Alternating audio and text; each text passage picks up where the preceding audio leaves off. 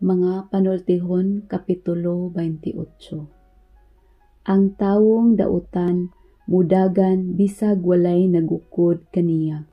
Apan, ang tawong matarong, sama kaisog sa leyon. Kung ang nasod nagpakasala, magsige kinig ilis-ilis og pangulo.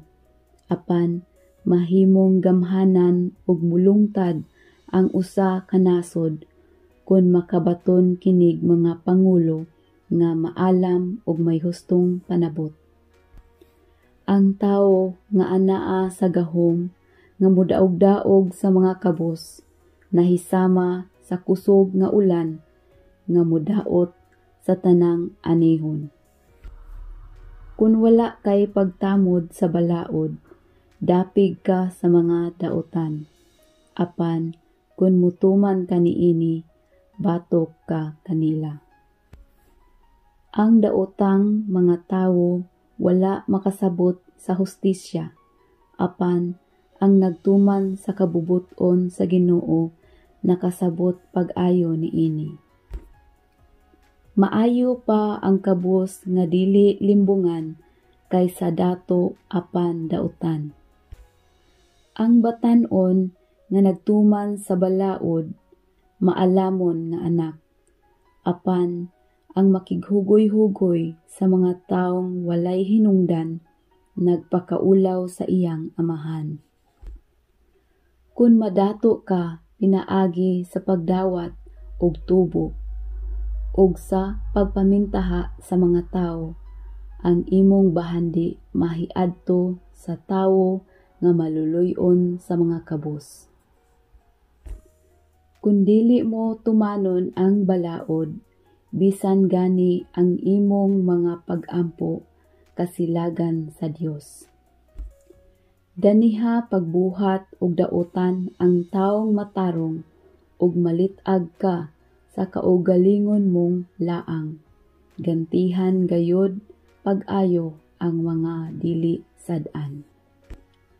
Maghuna-huna kanunay ang mga dato nga sila maalamon, apan ang kabos nga may maayong panabot mas maalamon pa kay kaniya.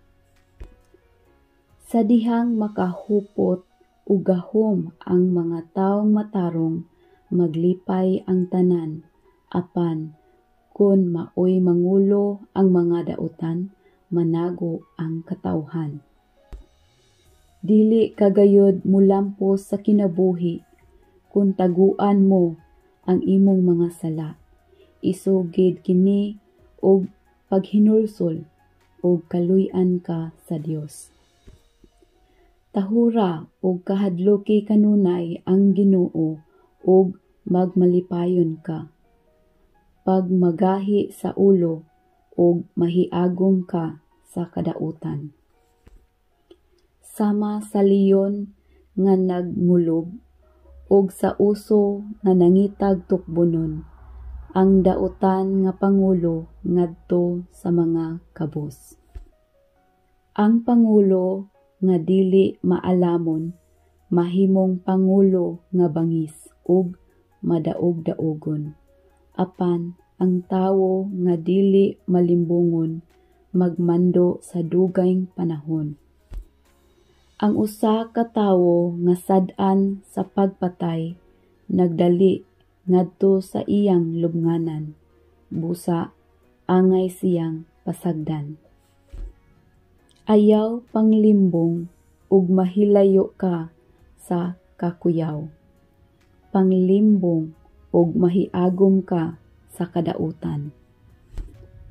Daghag makaon ang mag-uuma nga kugihan, apan ang nagtinguha sa mga butang nga walay kapuslanan, magpabilin sa kalisdanan. Ang tawo nga dili limbungan, magkinabuhi nga madagayaon og malipayon. Apan kung magtinguha ka nga madato pagdali, ikaw pagasilutan. Kung aduna kay pinalabi, kini dili maayo. apan may mga tao nga maghimog tinunto aron makadawat bisan sa labing gamay nga suborno. Ang taong hakog buot madato pagdali ug dili siya masayod inig abot na sa kawad-on. Ang tawong namadlong mas kahimut-an pa unya kaysa tawong nag-ulog-ulog.